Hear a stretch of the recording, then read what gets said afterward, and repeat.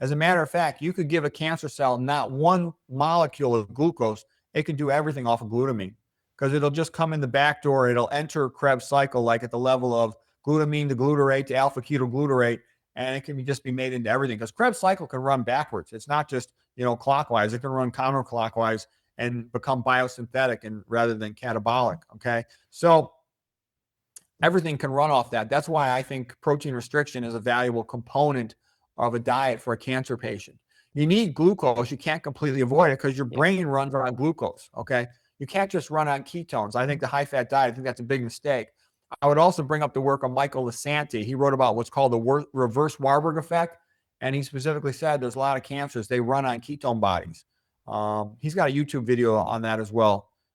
I mean, your body, of course, will do gluconeogenesis with the glycerol molecules anyways. So there's a reason it's making sugar. Yeah, the brain needs it. Yeah. The brain's not good at burning fat. It can burn ketones a little bit, but that's not a good long-term strategy. Do you want to talk about growth signals, IGF-1, insulin, mTOR regarding cancer growth, and I guess even increasing cancer risk potentially?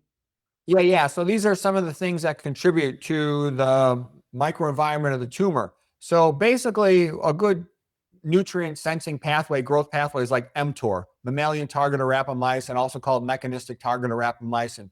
And the way to think of it is like a contractor getting ready to build a building. So the contractor says, okay, do we have all the parts we need to replicate a cell? To replicate a cell, you have to make an exact copy of everything.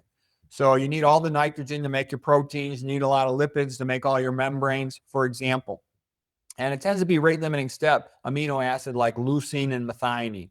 So you need those to activate mTOR. They're much more common in meat than they are in plant foods. So avoiding animal foods, you decrease your dietary intake of methionine and leucine. In addition, it's good to avoid beans because they're the highest in protein of all the plant foods.